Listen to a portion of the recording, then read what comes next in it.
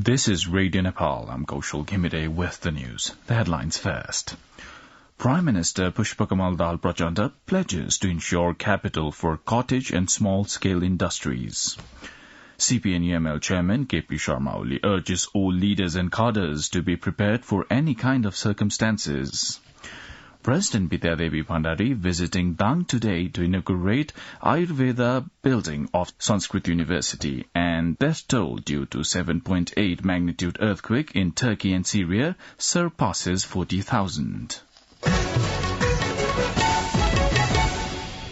Now the news in detail. Prime Minister Pushpakamal Dal Prachanda has pledged to ensure capital for cottage and small-scale industries, inaugurating the 16th International Trade Fair and Cottage Industry Festival and 6th Organic Farming Fair in Kathmandu yesterday. Prime Minister Dahal vowed to play a constructive role to address the problems of small traders. He also promised to bring special programs to promote potential industries by redefining concessional loans provided to cottage and small-scale industries. The Prime Minister further said the government would ease the small-scale industry registration process as the government's attention had been drawn towards it. Prime Minister Pushpakamal Dal Prachanda and a delegation led by South Korean President's Special Envoy Sung Min-jung held a meeting at Balwazar yesterday. The Prime Minister's Secretariat said during the meeting they discussed matters of mutual relations, cooperation and interest between the two countries.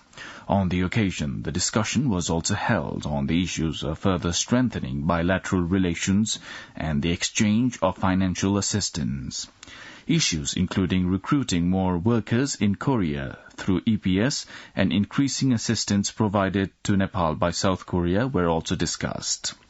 Prime Minister Dahal and the Special Envoy of South Korea also discussed celebrating the 50th anniversary of the establishment of Nepal-Korea diplomatic relations in a grand manner next year. Deputy Prime Minister and Finance Minister Bishnu Prasad Paudel presented the half-yearly review budget report of the current fiscal year in the National Assembly yesterday. Presenting the report, Finance Minister Paudel said the works related to development projects would not get affected despite the reduced size of the current fiscal year's budget.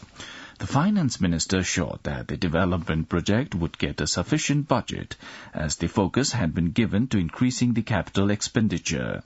However, he said the country's economy was facing challenges as problems had appeared in the productive sector.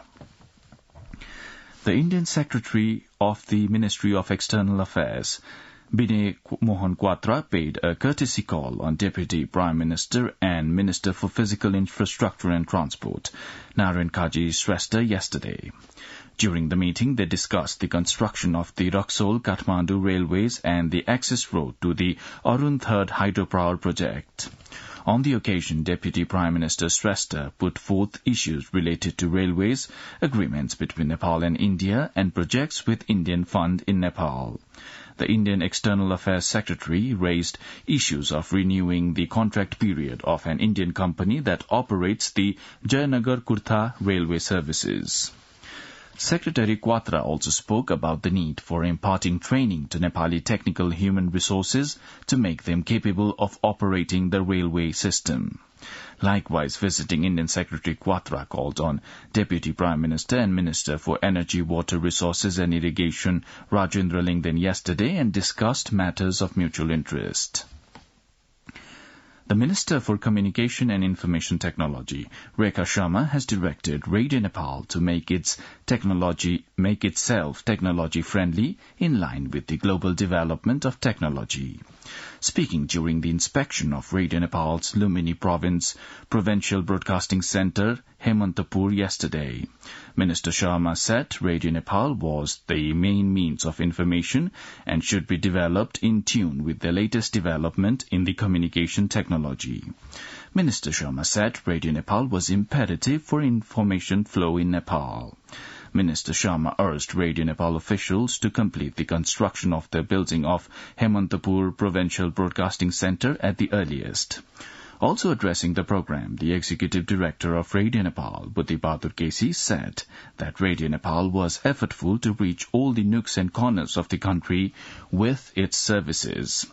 He said Radio Nepal had incorporated the voices of different communities and areas of the country.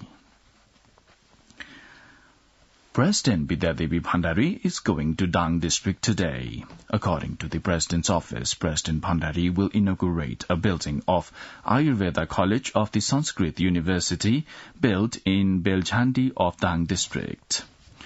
CPN-UML chairperson KP Sharma Oli has said that many forces are trying to break the present ruling coalition.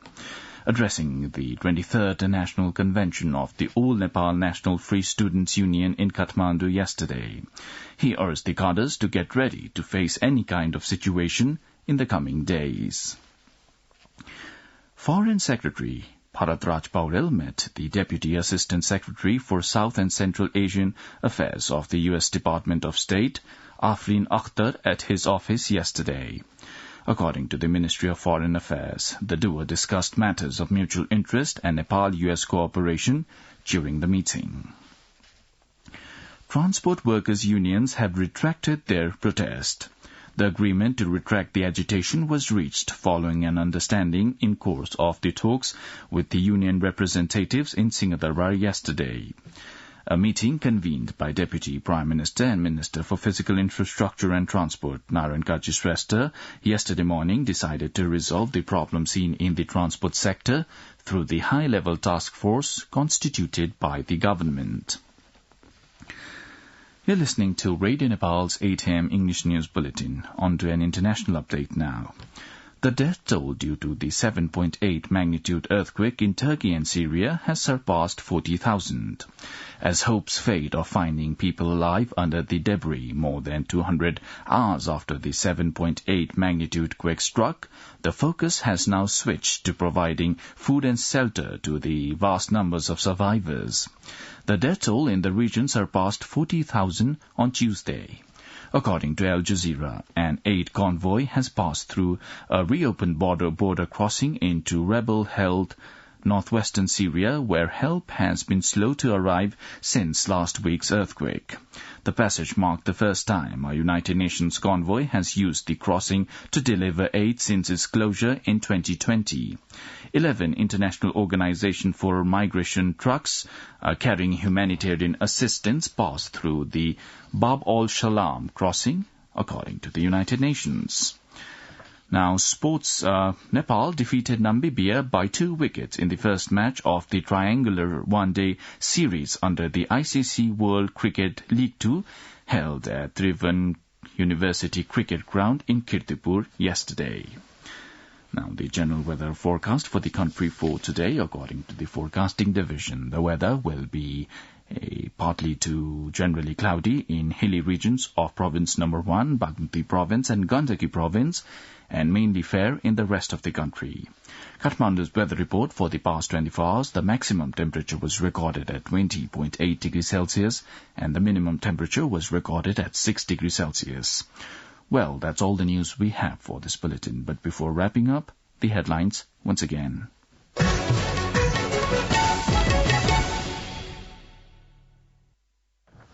Prime Minister Pushpa Kamal Dal Prachanda pledges to ensure capital for cottage and small-scale industries. CPN-UML Chairman KP Sharma Oli urges all leaders and cadres to be prepared for any kind of circumstances. President Bidyadevi Bhandari visiting Dang today to inaugurate Ayurveda building of Sanskrit University. And death toll due to 7.8 magnitude earthquake in Turkey and Syria surpasses 40,000. Well, that's all the news we have for this bulletin. Our next bulletin in English will be at 2 in the afternoon. You can also listen to us online at our website, www.onlineradionepal.gov.np. Keep listening to Radio Nepal and have a good day.